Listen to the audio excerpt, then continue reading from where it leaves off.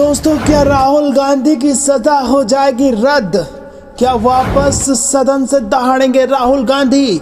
क्या बीजेपी को लगने वाला है बड़ा झटका? जी हाँ दोस्तों, बेहद बड़ी खबर आ रही है जिसमें आपको बता दें कि आज वो दिन है जिसका इंतजार कांग्रेस के हर एक कार्यकर्ता को है और जब कोर्ट से आने वाला है बड़ा फैसला। जी हाँ दोस्तों, क्या पूरी खबर आपको जरूर बताएंगे, लेकिन उससे पहले अगर आपको भी ऐसा लगता है कि राहुल गांधी की सजा रद्द हो जानी चाहिए तो वीडियो को लाइक करके कमेंट में लिखिए जय हिंद। और रोज की इस प्रकार की खबरों के लिए चैनल को सब्सक्राइब करना मत भूलिएगा। दरअसल दोस्तों, आपको बता दें कि राहुल गांधी ने जब इस देश की लोगों की आवाज उठाई और इस देश के कुछ चोरों का नाम लिया, नीरव मोदी का नाम लिया, मेहुल चोकसी का नाम लिया, जो इस देश से पैसा लूट के भाग चुके हैं, तो उनकी इसकी कीमत चुकानी पड़ी और इसकी कीमत थी उनकी सदस्यता, जो कि रद्द हो गई। लेकिन आपको बता दें, जो भी संवैधानिक तरीके थे सबको अपना लिया गया है और हाई कोर्ट पहुंचे राहुल गांधी उस फैसले को चुनौती देने के लिए, जिस फैसले में उन्हें दोषी ठहराया गया और 2 साल की सजा दे दी गई, उसको चुनौती देने के लिए हाई कोर्ट पहुंचे हैं। और हाई कोर्ट ने सुनवाई करने के बाद फैसला सुरक्षित रख लिया था,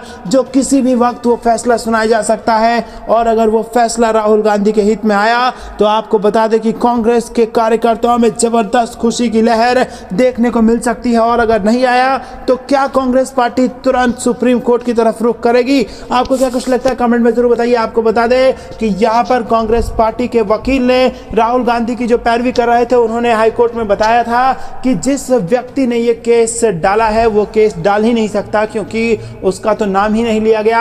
और एक नाम के कई सारे व्यक्ति होते हैं, तो क्या एक ही बयान के पीछे 1 करोड़ केस किए जा सकते हैं? क्योंकि जिसका भी नाम उससे मिलता जुलता होगा, क्या वो केस करने लायक होगा? और अगर उसने केस कर दिया तो क्या ऐसे मामलों में सबसे ज्यादा सजा, जो कि 2 साल की है, वो मिलनी चाहिए? तो दोस्तों, ये तमाम सवाल कोर्ट के सामने है। देखना होगा कि हाई कोर्ट क्या फैसला अपना सुनाता है और क्या राहुल गांधी को राहत मिलती है कि नहीं। आपको क्या कुछ लगता है कमेंट बताइए। वीडियो लाइक करना मत भूलेगा अगर राहुल गांधी का समर्थन करते हैं। तो दोस्तों, रुक करते हैं अगली ब्रेकिंग न्यूज की तरफ। मई से सभी राज्यों में होगा किसानों का आंदोलन, चुनावी राज्यों में बीजेपी के खिलाफ बिगुल बजाएंगे किसान संगठन। जी हाँ दोस्तों, आपको बता दें कि केंद्र सरकार द्वारा लाए गए कृषि कानूनों के खिलाफ शुरू हुआ किसान आंदोलन खत्म हुए भले ही एक अरसा बीत गया हो, लेकिन किसानों के संगठन अभी भी सरकार को घेरने में कोई कसर नहीं छोड़ना चाहते हैं। सरकार को उसके वायदे की याद दिलाते हुए कृषि संगठनों ने फैसला लिया है कि मई महीने में देश के हर राज्य में फिर से किसानों द्वारा आक्रामक आंदोलन किया जाएगा। यह फैसला रविवार को दिल्ली में संयुक्त किसान मोर्चा की राष्ट्रीय बैठक में लिया गया, जिसमें किसान संगठनों के 200 से अधिक किसान नेता शामिल थे। संयुक्त किसान मोर्चा के बैनर तले जमा हुए किसान संगठनों ने यह फैसला लिया है कि एमएसपी को कानूनी दर्जा, कर्ज मुक्ति, किसान और खेत मजदूर पेंशन और लखीमपुर खीरी हिंसा के मामले में गृह राज्य मंत्री अजय मिश्रा की गिरफ्तारी समेत किसानों पर हुए मुकदमों को वापसी और किसान आंदोलन के दौरान मृत हुए किसान परिवारों को मुआवजा के मुद्दे पर 26 मई से लेकर 31 मई तक देश के सभी राज्यों में धरना प्रदर्शन होगा। इन प्रदर्शनों में सांसदों और मुख्य राजनीतिक नेताओं के गृह निर्वाचन क्षेत्रों में बड़े विरोध मार्च निकालना और उन्हें किसानों की सभी मांगों को तुरंत हल करने की चेतावनी देते हुए ज्ञापन सौंपना शामिल होगा, जिसमें विफल रहने पर उन्हें आगे विरोध का सामना करना पड़ेगा। दोस्तों, रुक करते हैं अगली ब्रेकिंग न्यूज की तरफ। पुलवामा में जो आतंकी हमला हुआ था उसके बारे में जो बड़ा खुलासा किया था सत्यपाल मलिक ने, जिसमें उन्होंने सरकारी चूक होने की बात कही। उसके बाद केंद्र की नरेंद्र मोदी सरकार की आलोचना करने वाले जम्मू कश्मीर के पूर्व राज्यपाल सत्यपाल मलिक हेडलाइंस में है और अब उन्होंने बेहद बड़ा बयान फिर से दे दिया है और उन्होंने कहा है कि 2024 के लोकसभा चुनाव के बाद नरेंद्र मोदी नहीं बल्कि कोई और होगा देश का प्रधानमंत्री। जी हाँ दोस्तों, उसी चैनल को कहा है जिस चैनल को उन्होंने पुलवामा में सरकारी चूक की जानकारी दी थी। तो दोस्तों, आपको क्या लगता है, क्या सत्यपाल मलिक ठीक कह रहे हैं? क्या बदलने वाली है देश की सरकार और देश में बदलने वाले हैं प्रधानमंत्री? अपनी राय कमेंट में जरूर बताइए। वीडियो लाइक करना मत भूलिएगा। रुक करते हैं अगली ब्रेकिंग न्यूज की तरफ। राजस्थान में भी होगी जातिगत जनगणना, नई समीकरण साधने में जुटे गहलोत, केंद्र सरकार पर दबाव बनाने की तैयारी। जी हाँ दोस्तों, राजस्थान में विधानसभा चुनाव से करीब 7 महीने पहले राजनीतिक बिसात बिछने लगी है। प्रदेश में जातिगत महापंचायतों का दौर पिछले 2 महीने से जारी है और इस बीच मुख्यमंत्री अशोक गहलोत भी जातिगत समीकरण साधने में जुटे हैं। गहलोत ने जातिगत जनगणना की मांग करते हुए केंद्र सरकार पर दबाव बनाने की रणनीति बनाई है। गहलोत ने अपने मंत्रियों, प्रदेश कांग्रेस अध्यक्ष गोविंद सिंह डोटासरा सहित अन्य वरिष्ठ नेताओं के साथ चर्चा कर जातिगत जनगणना के मुद्दे को हवा देने की रणनीति बनाई है। प्रधानमंत्री नरेंद्र मोदी को पत्र लिख सकते हैं गहलोत। जी हां दोस्तों, गहलोत ने अपने सहयोगियों से चर्चा कर कहा कि केंद्र सरकार को जातिगत जनगणना करानी चाहिए, जिससे सभी समाजों को उनका हक मिल सके। गहलोत की रणनीति है कि जातिगत जनगणना की मांग को लेकर अगले कुछ दिनों में प्रधानमंत्री नरेंद्र मोदी को पत्र लिखा जाए और इसके बाद दिल्ली जाकर पीएम से मुलाकात करें, और यदि फिर भी केंद्र सरकार जातिगत जनगणना के बारे में फैसला नहीं करती है तो राज्य के कांग्रेसी विधायक दिल्ली जाकर राष्ट्रपति से मुलाकात करें।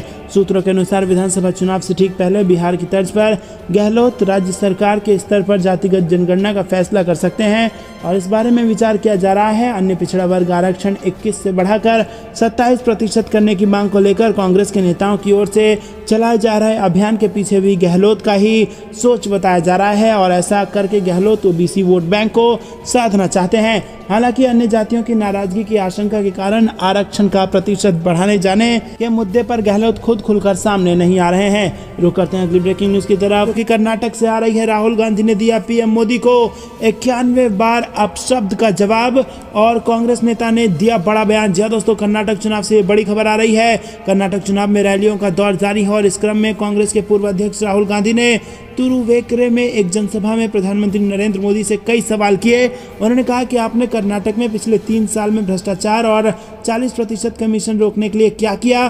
कांग्रेस नेता राहुल गांधी ने कहा कि आपने कांग्रेस द्वारा आपको 91 बार अपशब्द कहे जाने के बारे में बात की, लेकिन कर्नाटक के लिए आपने क्या किया, इस पर कोई बात नहीं की। प्रधानमंत्री को ये समझना होगा कि ये चुनाव किसी एक व्यक्ति के बारे में नहीं है और ना ही नरेंद्र मोदी के बारे में है। राहुल गांधी ने कर्नाटक में एक चुनावी रैली में कहा कि आप चुनाव प्रचार करने के लिए कर्नाटक आए, लेकिन कर्नाटक के बारे में बात नहीं की, आपने अपने ही बारे में बात की। उन्होंने कहा कि ये चुनाव आपके बारे में नहीं है, ये कर्नाटक और उसके लोगों के लिए है। आपने अपने भाषणों में मुख्यमंत्री बसवराज बोम्मई और बीएस येदियुरप्पा का नाम तक नहीं लिया। आपके भाषण आपके बारे में ही थे। तो दोस्तों, क्या अपने बारे में बात करना चाहते हैं भाजपा के नेता और कर्नाटक की जनता की आवाज़ को दबाना चाहते हैं, उनके मुद्दों को दबाना चाहते हैं? आपको बता दें कि इससे पहले कांग्रेस महासचिव प्रियंका गांधी ने भी पीएम मोदी पर करारा प्रहार किया था और उन्होंने प्रधानमंत्री नरेंद्र मोदी द्वारा गालियों के संबंध में टिप्पणी पर रविवार को कहा कि सार्वजनिक जीवन में इस तरह की बातों को झेलने का साहस दिखाना चाहिए।